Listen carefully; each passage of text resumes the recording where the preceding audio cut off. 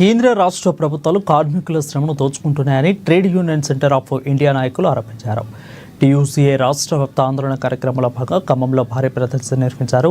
ఇక pavilion ground నుంచి ZP centre వరకు ప్రదర్శన చేశారు. కేంద్ర ప్రభుత్వం తీసుకొచ్చిన 4 నల్ల చట్టాలను రద్దు చేయాలని అన్నారు. ప్రభుత్వ రంగ సంస్థల పనిచేస్తున్న కాంట్రాక్టు అవుట్సోర్సింగ్ కార్మికులను పర్మనెంట్ చేయాలని విజ్ఞప్తి చేశారు. కార్మికుల కనీస వేతనం 26,000 ఇచ్చి పెన్షన్ 9,000 రూపాయలు ఇవ్వాలని డిమాండ్ చేశారు. గత ప్రభుత్వంపై అనేక ఆరోపణలు చేసి అధికారంలోకి వచ్చిన కాంగ్రెస్ పార్టీ కార్మికుల పనికి ఏం చేసిందంటూ టీయూసీఏ నాయకులు నిలదీశారు. కార్మికుల సంక్షేమ ఫోటో ఏర్పాటు చేసి ఇందిరమ్మ ఇల్లు ఇస్తామని చెప్పిన హామీ ఏమైందని వారు ప్రశ్నించారు.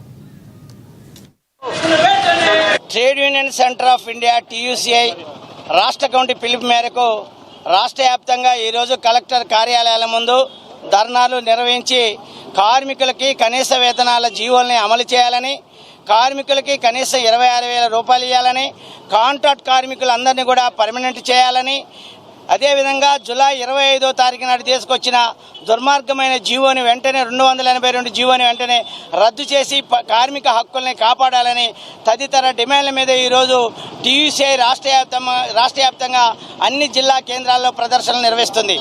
రాష్ట్రంలో దాదాపు 2 లక్షల పైచిలకు కాంట్రాక్ట్ కార్మికులు పనిచేస్తున్నారు.